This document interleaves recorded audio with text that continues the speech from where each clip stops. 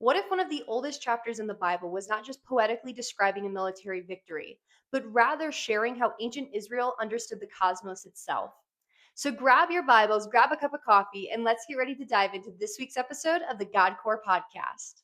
So today I want to talk about Judges 5, and you might be thinking, what does this have to do with astral worship in the ancient world? And the answer to that is it has everything to do with the ancient world and astral worship, especially involving Canaanite religion. And Canaanites, the land of Canaan, was very much a place that the Israelites were a part of. They married with them, they intermingled with them, they did business with them, and also they took their poems and their stories and reimagined them in their own. And that's what we're going to see today with Judges 5 in the Song of Deborah, and how it very much resembles the Ugaritic text known as the Baal cycle.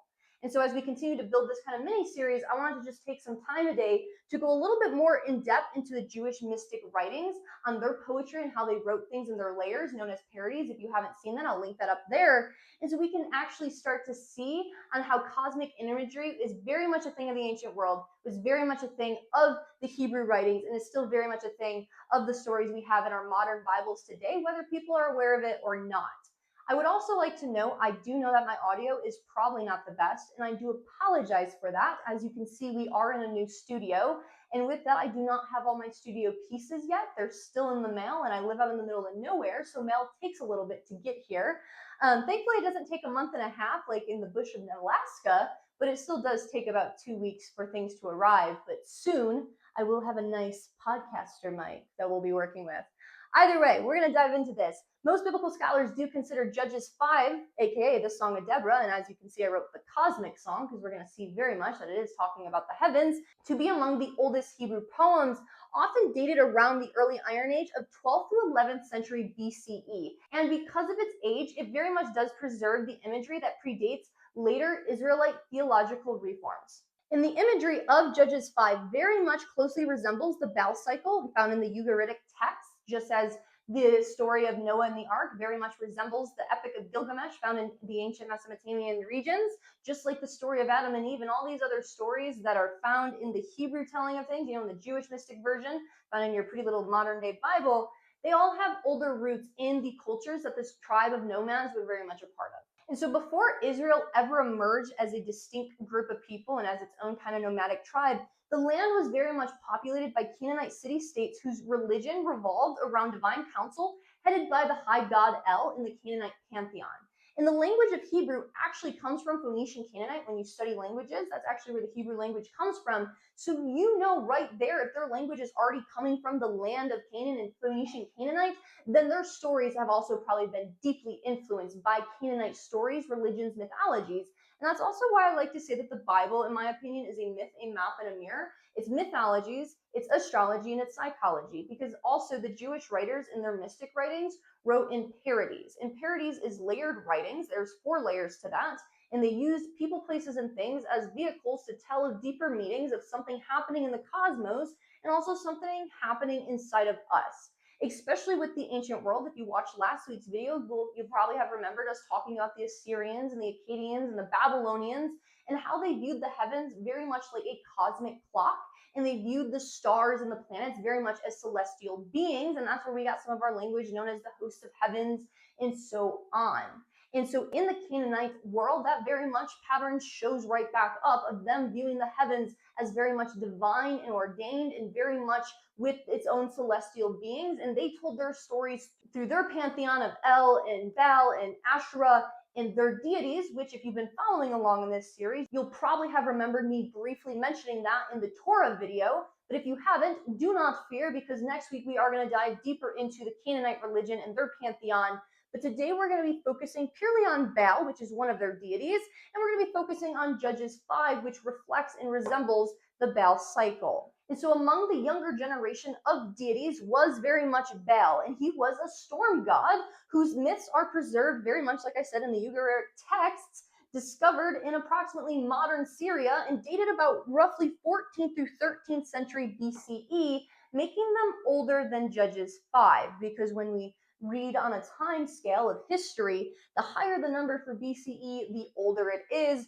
And then when you go forth to CE, Common Era / AD after Dominion, then now, as you can see, we keep going up 2026, 2027, and so on, in case you didn't know how dates worked in the ancient world.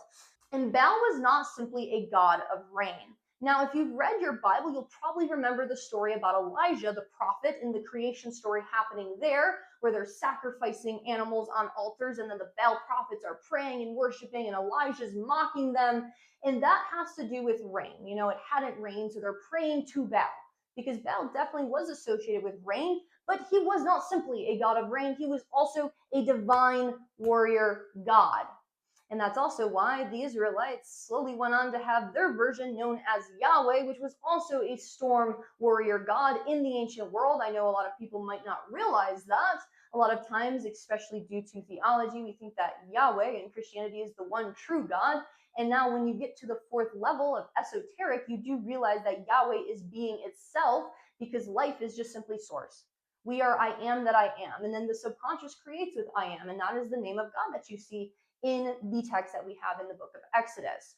But as the symbolic imagery on the first layer, because again, they used people, places, and things as vehicles to convey a deeper meaning, Yahweh was very much in the ancient world a storm and warrior god, because they needed somebody to fight for them, because they were kind of these underdog group of people. And so Baal was very much a divine warrior, and his storms represented the restoration of order over chaos, because when you study ancient mythologies, you very much see the chaos, the womb energy that has not been put into order and structure, and then gods come along, deities, and they put it into structure. Just like we have an unconscious realm within ourselves and in our psyches, known as the shadow self, if you've ever studied Carl Jung's work, and you need to work on integrating the two. Leviathan, you need to control that raw life power and force, but you in your own ego nature cannot do that. You have to be connected to source itself, because only that higher consciousness can tame the lower conscious nature. And in the Baal cycle, Baal battles two great cosmic enemies.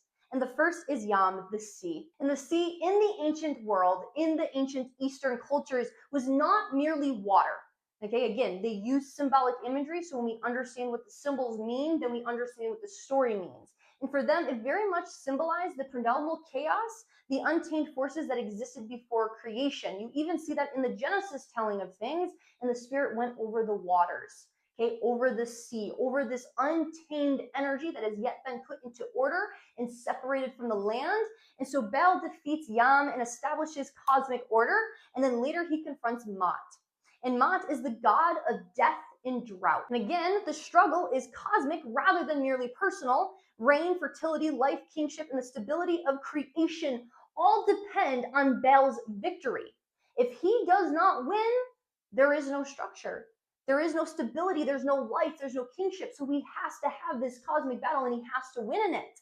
And so the point of these myths is not simply entertainment. Now, yes, that was a part, because stories are a way that we connect with each other and that we have that humanity and that sharing of appreciation for life, but they also explain to them why the rains returned. Because a lot of the stories in the ancient world, even in this pretty little Bible that we have, very much do represent the cycles of the seasons out in nature, and also the cycle of the sun. And so these myths, especially about this Baal cycle, they explained why the rains returned, why crops grew, why civilization continued, and every thunderstorm reminded the Canaanites that Baal had once again defeated chaos. And one of Baal's most famous titles in the Ugaritic text is the Rider on the Clouds. And when storms gathered over the mountains, they were understood as Baal riding into battle. Thunder was his voice, lightning was his weapon, and rain was the evidence of his victory. And you also see that symbolic imagery very much showing up in later Greek mythologies with the god known as Zeus. But this imagery became one of the defining characteristics of the divine kingship in Levant. And so the Baal cycle in the stories that we have does not portray warfare as occurring only on earth. It is the heavens themselves that participate in this cycle. Storms, clouds gather, divine council watches, the natural world responds, cosmic forces very much align with Baal as he restores order. And in this worldview, there is no sharp divide between nature and the divine. Because in Eastern cultures, there is very much this idea that we are all interconnected, that there is no thing separate from source. Okay, so heaven and earth are connected. You even see that with the esoteric principles of as above, so below, as within, so without. So for them, the weather very much is kind of like their theology of understanding the divine beings up in heaven that they believe were there and how they would respond. And the heavens for them were very much active participants in this divine drama that is playing out. And that is why they need their God to win. And so now when we read into Judges 5, we start seeing the same imagery show back up. And so when you've read this one and then you read this one, they almost look nearly identical to you. And when you're able to separate the theology and doctrination that this is the only right text, you start to see how these texts just reinterpreted older stories. And you actually have, I feel like, a lot more respect for these texts because you see the evolution of theology and you see the sharing of stories across cultures, even as we saw last week on how Inanna became Ishtar from the Sumerians to then the Babylonians. That's always how it's been. We just keep reinventing the same wheel. There's nothing new under the sun, as Ecclesiastes would say. I mean, look at Cinderella. We have so many different variations of this movie about Cinderella. We have the Disney version, we have the Cinderella who sings, we have the Cinderella who dances, we have the Christmas version. Like, we have a number of different variations, and then we also have the Grimm's fairy tales. We have the happier endings and we have the more graphic endings. Just like even the Greek mythologies, just like the origin stories of Genesis, we have more than one in this pretty little Bible. Because the stories were always there to tell us about something deeper happening. They were not meant to be worshipped. But sadly, over time, we flatten symbols into static images on, oh, yes, we got to worship this. And that's also a warning that often plays out and that we even see in the Bible with, let's say, the bronze serpent. The thing that once healed them, that symbol then became an idol that they started worshiping and it needed to be destroyed. And we actually talk about that in part 2 of our Hidden Zodiac series. If you want to check that out over on the Inner Circle, we do some pretty cool stuff over there. Okay. So when we read Judges 5, we see that Yahweh marches from Seir, that the earth trembles, that the heavens pour rain, that the clouds release water, that the mountains shake, and that the stars fight from heaven. And this is not ordinary military reporting. This is very much divine war poetry that we saw in the Baal cycle. And this battle is portrayed as involving the entire cosmos here in the song in chapter 5 of Judges. And so then the question is, what changed between the Baal cycle in Judges 5? And the first thing we notice is that the divine warrior has changed. The author takes the framework that the audiences of Levant would have recognized and applies it to Yahweh here in Judges 5. Instead of Baal riding the clouds, remember that was one of his proper titles, we then see that it becomes in Psalm 68:4, sing unto God, him that rides upon the heavens.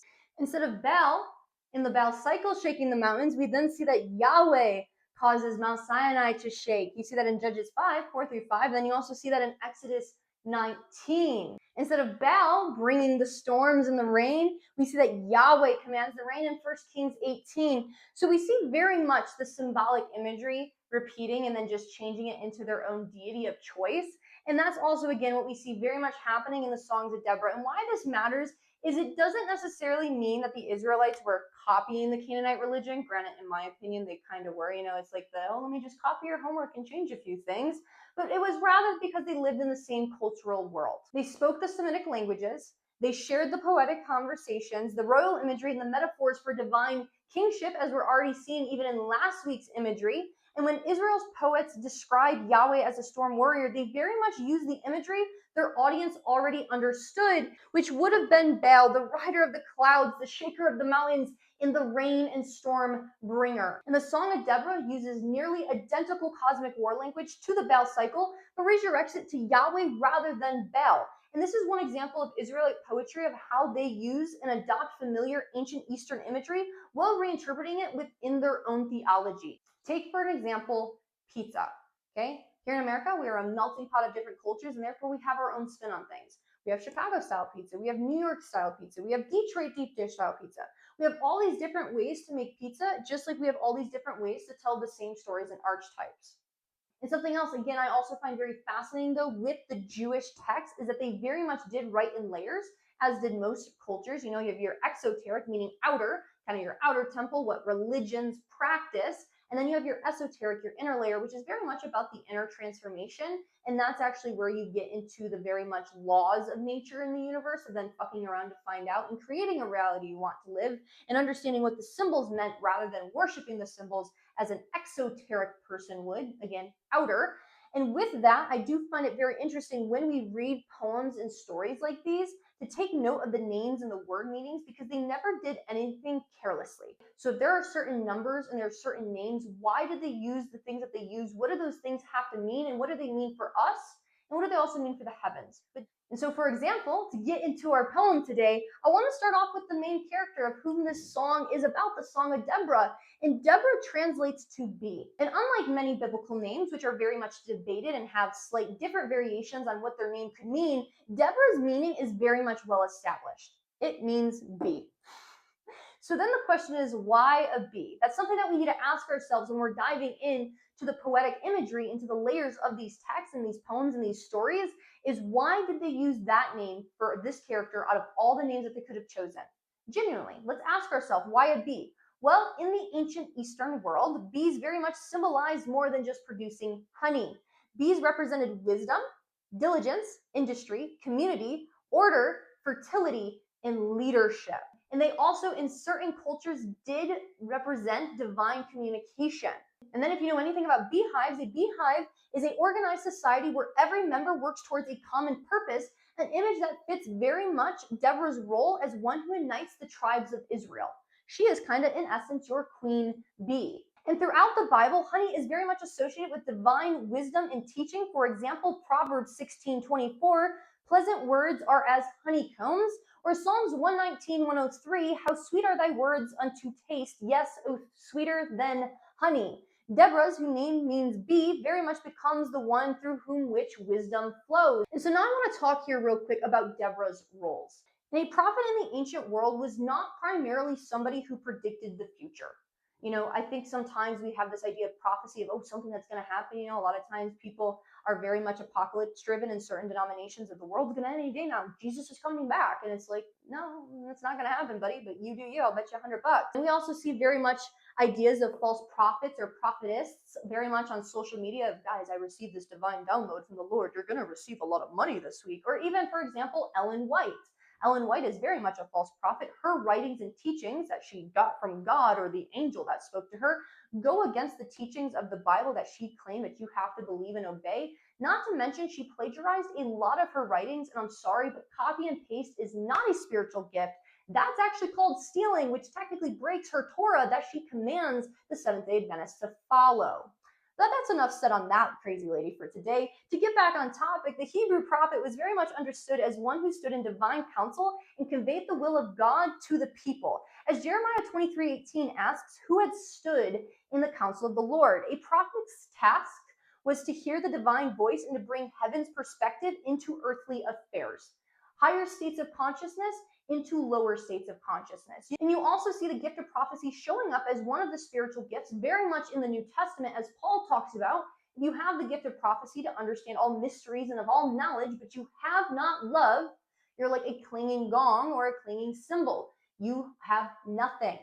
Because love is the thing that unites and unifies all, because love is that kind of creation frequency, where fear fractures, love unifies. And so the gift of prophecy is very much understanding those higher states of consciousness and bringing them back again into the earthly affairs. And then in surrounding cultures, prophetic figures also existed. In 18th century BCE at Mari, both men and women served as prophets delivering messages from the gods. In Canaan and Mesopotamian cultures, the Assyrians, the Akkadians, the Babylonians, and so forth, prophets advised kings before wars and political decisions. Egyptian priestesses also delivered oracles from temple sanctuaries. So this was very much a divine role that was very much honored and respected in the ancient world. And so Deborah in this story very much fits this ancient pattern, but with a key difference. She is very much portrayed as speaking for Yahweh rather than serving as a royal court or temple. And she also here is very much seen as advising for military operations.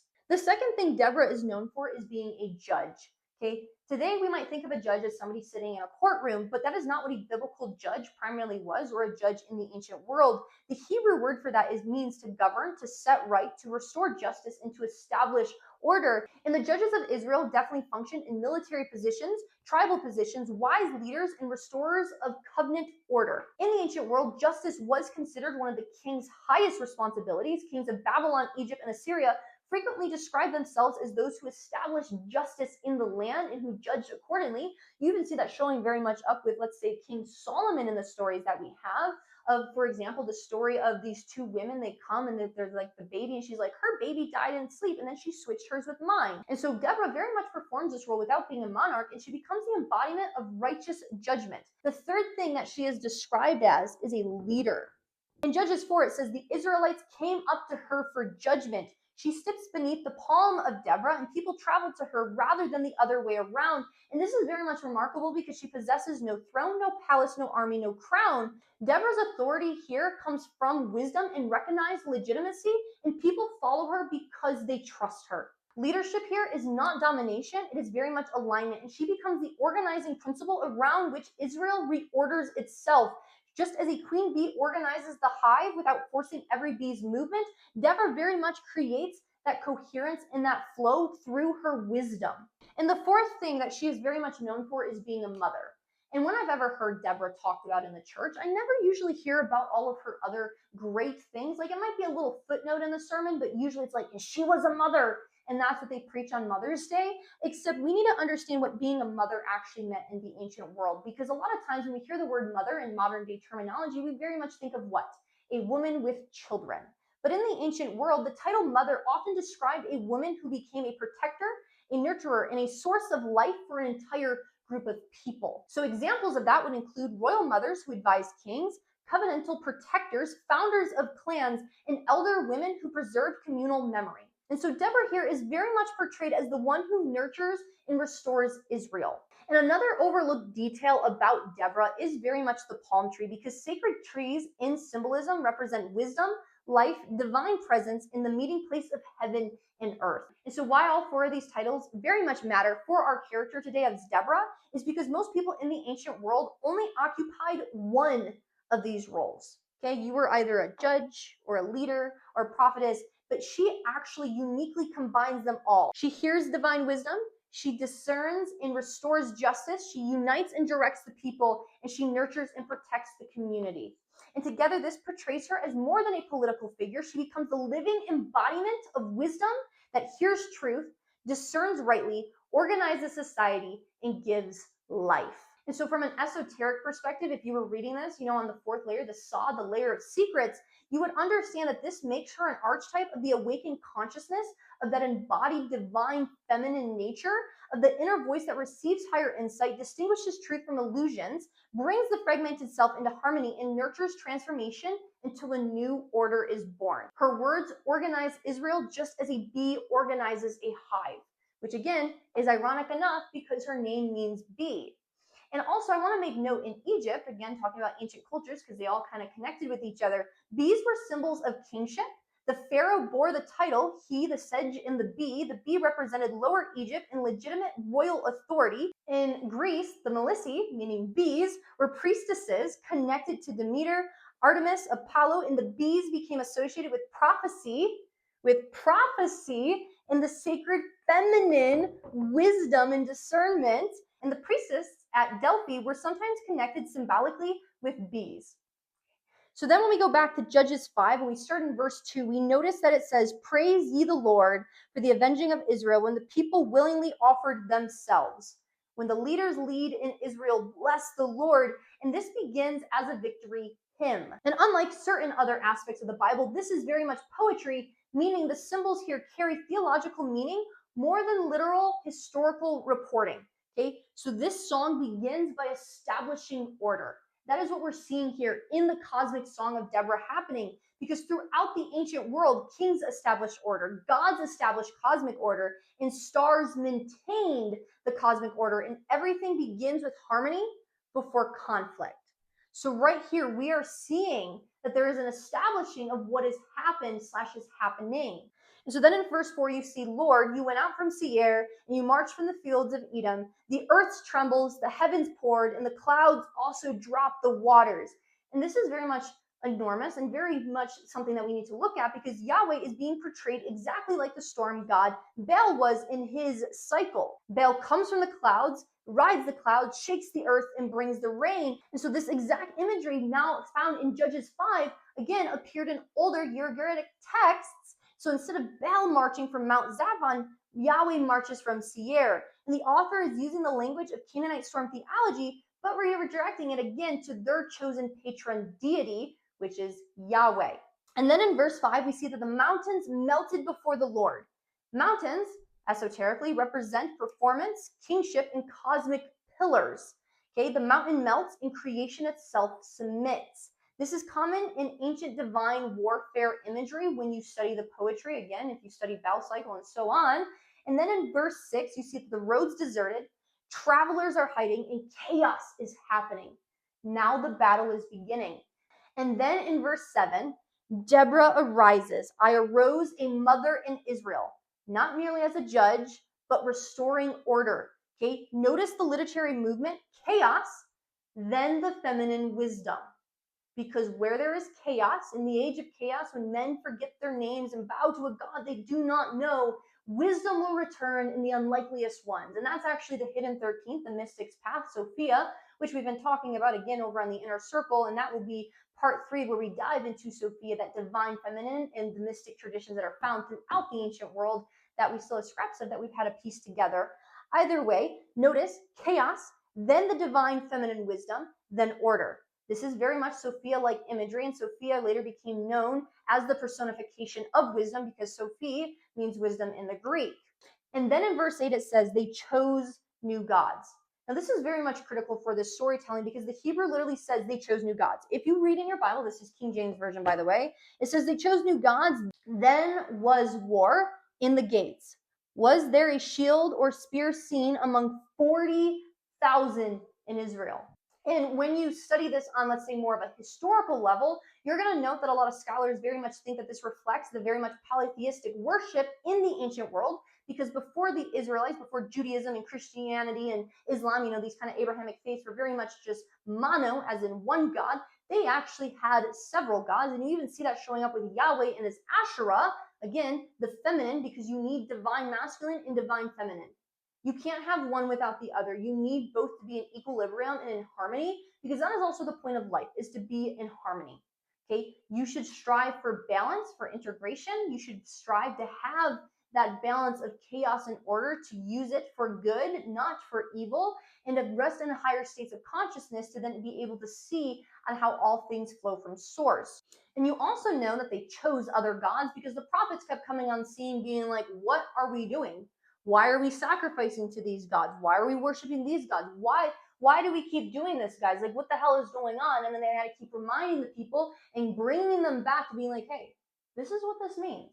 Like, we're supposed to be doing the inner work, guys. Like, we're not supposed to be worshiping idols. We're not supposed to be making graven images outside of ourselves of a man up in the sky who watches over us. And then in verse 11, when you see it says that they recount. Okay, they start telling of the righteous acts of the Lord.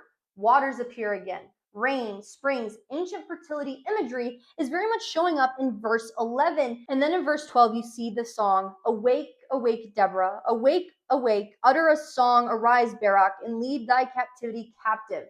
That is 4 awakenings. 4 in the ancient world is structure. Okay, numbers again mean things. You see that with Yahweh, it used to be 3 letters in their Sefer Yetzirah, and then they have their 4th world, that structure. And then in verses 13 through 18, you notice something interesting is that the tribes are listed and that not every tribe participates, and also cosmically, only a part of Israel joins heaven's battle. And when you also understand that as the stars as well inside of this, you realize that there's 12 zodiac, there's 12 aspects of us and our human nature, there's 12 cranial nerves, and you also have the 12 tribes of Israel.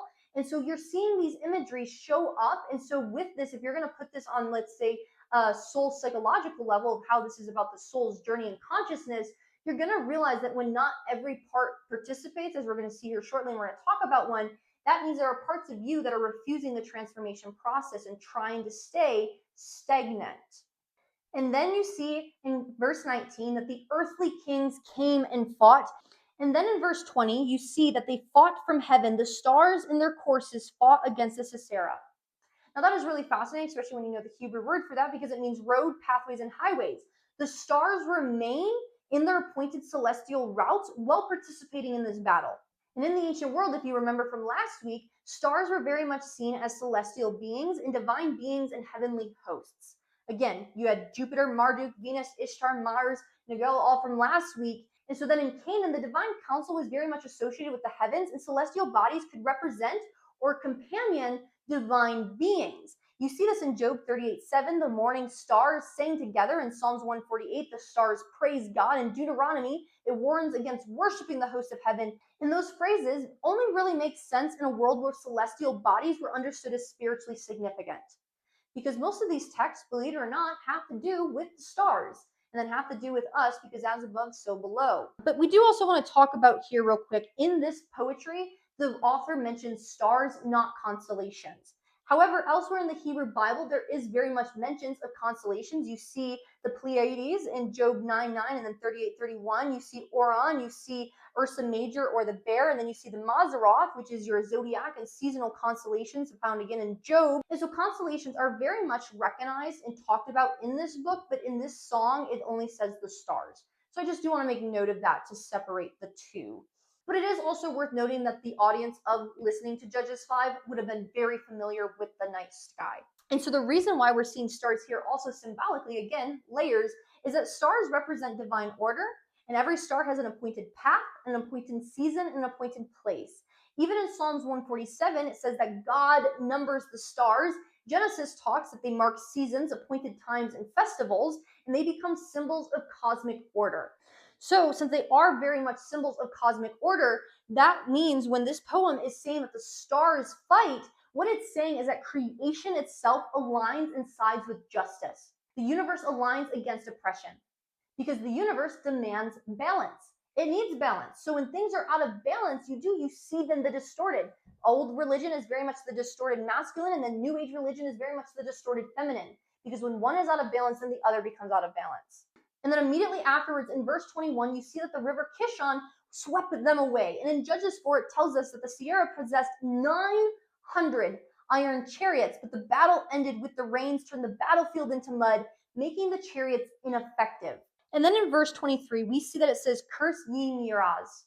Why? Because they did not come to help. And so something interesting is this is the only time in the current biblical text that we do possess today that Miraz is ever mentioned. And so scholars very much debate what Miraz is or was or who they were. And so they guess that it was probably a city that failed to fulfill its obligation in helping the Israelites. And so their neutrality was remembered so harshly that it was a city that then became cursed. Because to be passive is to choose a side, and that is to be for the fighting of evil usually and not for good. As I've heard it said more than once, a Nazi is not somebody who just drags somebody outside of their home. It's also the neighbor who stands by and does nothing. Okay, and so they chose not to help. They chose to stand by and do nothing. And this is very much a curse against spiritual passivity. Okay, you cannot be lukewarm in your personal life. Even the parables of Jesus say that I will spit you out of my mouth because you are neither hot nor cold. And so esoterically, this is not about God needing assistance. Life itself does not need assistance, but rather this is about the soul refusing to cooperate in its own transformation. When you refuse to do the inner work, you are one that has become passive.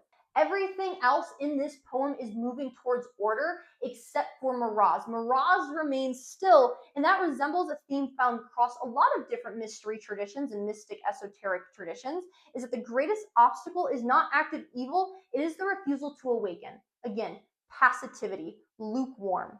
And so then when you go to verse 24, you see a woman. Her name is Jael, and above all she shall be blessed. Because the climax of this poem in this song belongs not to Deborah, but to Jael, a woman who defeats the enemy commander, because this is also a continuing recurring biblical theme and also a theme in esoteric traditions, and that is which the powerful are overthrown by who society least expects. And Jael's name means ibex or mountain goat, and it refers specifically to a certain type of sure-footed wild goat that inhabits the rocky cliffs and mountains of that region. In an ancient Israelite, an ibex represented sure-footedness, agility, freedom, fearlessness of dangerous heights, independence, and wisdom in navigating difficult terrain. And I want to make note on that last one. Wisdom, navigating difficult terrain. Wisdom needs to know when to speak, when to move, okay? It needs to have that discernment. You can't just rush into things without thinking. For example, let's talk about Athena. Athena is what? The goddess of war and of wisdom, where Ares is just the god of war, okay? And so Athena wins the war because she has that wisdom and she knows how to strategize. She knows how to use her strategy on when to move, where to move, and how to move, just like you have Deborah, who is very much consulted about military operations. And unlike domesticated goats, an ibex was wild, untamed, and impossible to control. And this makes her name very much fitting for her character because Jael is not a soldier. She is not a soldier listening to a military commander. She doesn't defeat Caesarea with a sword. She waits and she remains calm. And even in the stories, you see he asked for water and she gave him some milk and brought forth butter in a lordly dish. And then she uses what was already in her tent, a peg and a hammer. And so, like an ibex navigating impossible cliffs, she accomplishes what an entire army could not do. Her strength is precision, patience, and courage rather than brute force. So if Deborah embodies prophetic wisdom that calls people to awaken, then Jael is the force that ends the reign of oppressive ego. The divine feminine will be there as the ego is stripped and as the soul and the false self is completely stripped away. You see that very much showing up with the book of Job. Job loses everything but the divine feminine because this is very much the divine wisdom and feminine in action. And wisdom cannot be lied to. Wisdom requires you to remove any limits and anything that is of false beliefs or ideas about what you have about yourself in your life. And so she is the force that ends the oppressive ego, not through overwhelming power or brute force with a sword, but through decisive insight. She waits and she plans and she calculates that. And it's also worth noting that an ibex is very much perfectly at home in the mountains. Mountains are also symbols of higher places of consciousness. So she can be seen very much as an aspect of consciousness that is comfortable navigating the high places, those higher places of consciousness, the difficult ascents towards wisdom. And this poem also very much does celebrate a recurring theme, very much seen throughout myths and mystery traditions, and that is that true strength is not always found in armies or weapons, but rather in wisdom, courage, and unexpected instruments. The wild ibex, this little mountain goat, is very much small compared to a war horse. And so you're seeing this paradox of contradiction happen of all of these chariots, 900 chariots and their war horses, and then a little mountain goat. But the little mountain goat survives because it knows how to move where others cannot move. The horses, if you remember, the chariots get stuck in the mud, but the mountain goat, it does. It moves through this impossible terrain, and Jael embodies that same kind of strength. And you also see that showing up very much the paradox and balance of things, of wisdom, knowing how to move, with even, let's say, the strength card of the tarot. You have the raw, fiery passion of brute strength and force of the lion, and then you have the woman who nurtures, who holds its mouth. And neither are attacking or overpowering each other. It is the divine balance of the two, because in order to have the divine feminine, you also need the divine masculine. And so Deborah is very much the catalyst for this story. She represents the awakened wisdom, not merely intelligence, but the living wisdom that exists in each inside of us, that divine feminine, the voice that awakens the sleeping consciousness, that acts as the catalyst to move everything and to set this cosmic battle into motion. Just like a queen bee does not do every job and task herself, but she directs the life of the hive. And so she becomes very much the organizing principle around which the restoration of order unfolds in this poem. And so when you read Judges 5 symbolically and you understand that most of these stories have to talk about the soul's journey of consciousness, you see this very much as a song of initiation of the world falls into disorder. Our inner world falls into disorder. Wisdom then awakens. Okay, it starts to rise within us. The divine then descends. Heavens align. The stars move in harmony. Nature participates, and every force is called to join. Nobody, no aspect of you can remain in your old territory. For a new identity to come on board, everything has to fall away out of your old life. Everything has to collapse. And so then every force is called to join, but then the parts and aspects of you that refuse to transform are very much exposed. The parts of you that you're like, oh, I don't want to get rid of that. That's important to me. Everything that is false has to fall away. Even your ideas and your beliefs about yourself. You see that again with Job. The divine feminine there says, curse God and die. Now, that's not saying curse life itself. What that's saying is if your ideas about life are limiting you from experiencing life, then you need to get rid of them. Okay? And so this is very much then the old tyrant. The ego dies by wisdom, and then peace returns. Wholeness, New Jerusalem, heaven and earth are back into harmony. And so this structure of this story in the Baal cycle very much resembles a pattern of initiation found across many cultures. And that is the chaos, awakening, alignment, confrontation, transformation, and restored order. Okay, it's a process, it's a cycle. It's a never-ending cycle of spiraling of consciousness, and then you repeat patterns and cycles until you learn to evolve, and then you return to things with higher states of consciousness and understanding to then react a different way.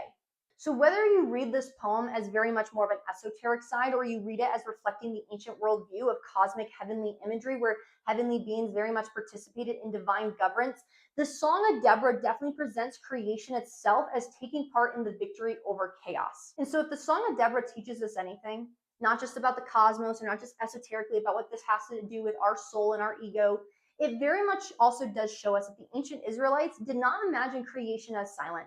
The heavens spoke, the mountains trembled, rivers became instruments of justice, and even the stars were portrayed as participating in the restoration of order.